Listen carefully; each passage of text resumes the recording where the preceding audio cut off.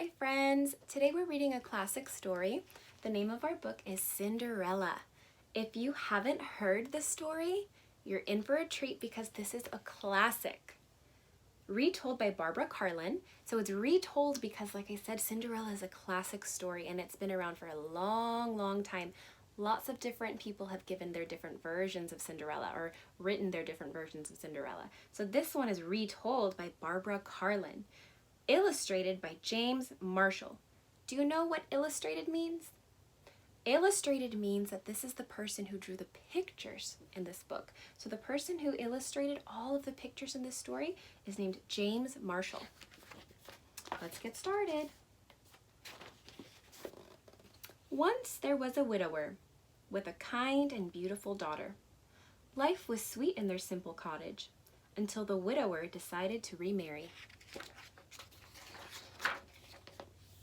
Not knowing the ways of the world, he married a vain and horrid woman, whose 2 daughters were as vain and as horrid as she. "What a stupid little house," they said. Do you know what vain and horrid mean? If you don't, can we think about what those words mean when they say, "What a stupid little house"? Do you think being vain and horrid are good things? They're not. Those are not good things. They're horrible. The widower's daughter was made to work like a servant in her own house. She was soon run ragged, washing, ironing, scrubbing, dusting, and cooking heaps of food. The poor girl no longer had a bed of her own and had to sleep among the ashes and cinders. And from that time on, they called her Cinderella. Do you know what ashes and cinders are? I see she's sleeping by the fireplace. The ashes and cinders are like the soot that's left in the fireplace from the things that have burned. So they're calling her Cinderella because she's covered in all of the ash and cinders. Now, it happened that the king of the land had a handsome son. The king's greatest desire was to see his son married. He decided to give a ball and invite all the fair maidens of the realm.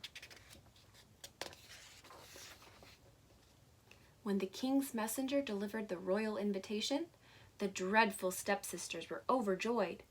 Each was convinced that she would win the prince's favor. On the day of the ball, Cinderella was exhausted from trying to make her stepsisters look beautiful. "Wouldn't you like to go to the ball?" they said, teasing her cruelly. "Oh, yes," said Cinderella. "Don't be ridiculous," cried the stepsisters.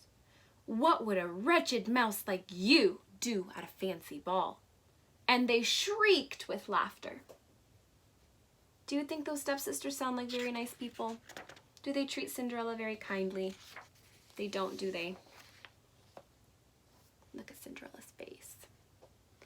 Thinking themselves beautiful beyond words, the stepsisters left for the ball. "Don't be a lazybones while we're away," they said to Cinderella, "and think about all the fun we'll be having." After her stepsisters had gone, Cinderella went about her chores. As she worked, she wept bitterly. "You look so miserable, child," said a kind voice. "Who are you?" said Cinderella. "I," replied the plump little woman, "am your fairy godmother. Please tell me why you are crying." "I want so badly to go to the ball," said Cinderella. "That should not be too difficult to arrange," said the fairy godmother. "But you must do as I say. First, fetch me a nice big pumpkin from the garden." What do you think the pumpkin's for? That's a really big pumpkin. What do you think she's going to do with it? Cinderella brought the biggest pumpkin she could find. "Now," said the fairy godmother, "I will require 6 white mice and a fine fat rat." Cinderella brought them, live from the trap. "And finally," said the fairy godmother, "I must have 2 lizards. You might look behind the watering pail." Cinderella did what she was told. With a touch of her wand, the fairy godmother changed the pumpkin into a magnificent golden coach, the mice into 6 white horses, the rat into a jolly coachman, and the lizards into 2 sleek footmen. "Lovely," said the fairy godmother. "Off you go." "Am I to go in rags?" said Cinderella. "Oh, silly me," said the fairy godmother, as she transformed Cinderella's filthy rags into an elegant gown, and on her feet placed a pair of sparkling glass slippers. "Now you are ready," said the fairy godmother. "But remember this, you must return home before the stroke of midnight, for then all of your finery will change back to what it was." Cinderella promised to obey, and then she was off to the ball. So what will happen at midnight? She's going to turn back to normal. All the things are going to go back to the way they were before. At the palace, the prince learned that an enchanting maiden had arrived, and he greeted her himself. The other guests were puzzled. Who was this beautiful stranger? Oh, look at the evil stepsisters. Completely smitten, the prince had eyes only for Cinderella. They danced every dance. Cinderella found herself deeply in love. She was so happy that she took no notice of the hour.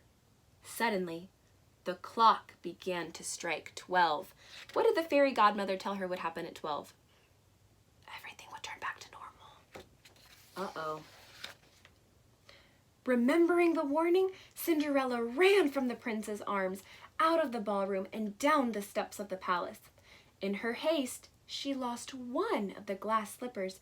"Wait! Wait!" cried the prince. "I don't know your name." Look, there's her slipper. Cinderella's golden coach sped away from the palace. But at the stroke of 12, the fairy godmother's warning came true. The coach was changed back into a pumpkin, the horses back into mice, the coachman back into a rat, and the footmen back into lizards. Cinderella was once again dressed in rags. Discovering the tiny glass slipper, the prince vowed to find and marry the beautiful stranger. He traveled the kingdom far and wide, trying the slipper on every maiden's foot, but it fit no one. Finally, he arrived at Cinderella's house. "Me first!" cried the elder stepsister, extending her long, skinny foot. But she could manage to get only her toes into the slipper. "My turn!" cried the younger stepsister, thrusting her pudgy foot at the prince. She pushed and shoved, grunting and groaned, but the slipper would not fit. "May I try it on?" said Cinderella, stepping out of the shadows. Look, she's hiding right here in the shadows. The glass slipper fit perfectly on Cinderella's tiny foot. "I have found my princess!" cried the prince. "We shall wed tomorrow." On that festive day, the kingdom rejoiced. Generous and forgiving, Cinderella moved her family into the palace and found a lord of the court for each of her stepsisters to marry. Cinderella's fairy godmother moved in too, just to make sure everyone lived happily ever after. And that's the story of Cinderella. I hope that you enjoyed this story, and I hope that you tune in again for our next story. See you later, friends.